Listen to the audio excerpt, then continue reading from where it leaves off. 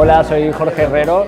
y tengo la suerte de dirigir la obra ABC, que se está pasando ahora en el Vivero 12. La peculiaridad de la obra es que detrás de la dramaturgia el público cobra protagonismo y tiene poder de decisión y van guiando un poco qué camino tomar y cuál va a ser el desenlace. De hecho, los tres finales son muy diferentes entre sí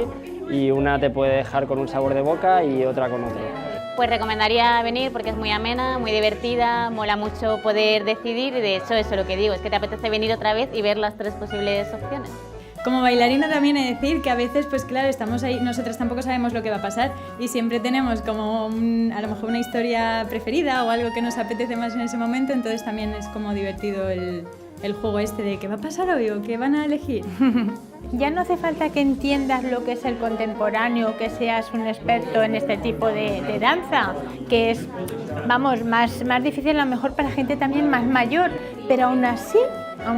como transmite, como lo que te lleva son sentimientos, yo lo recomiendo a todo el mundo porque te hace pararte a pensar un momentito, a ver, a fijarte, a observar,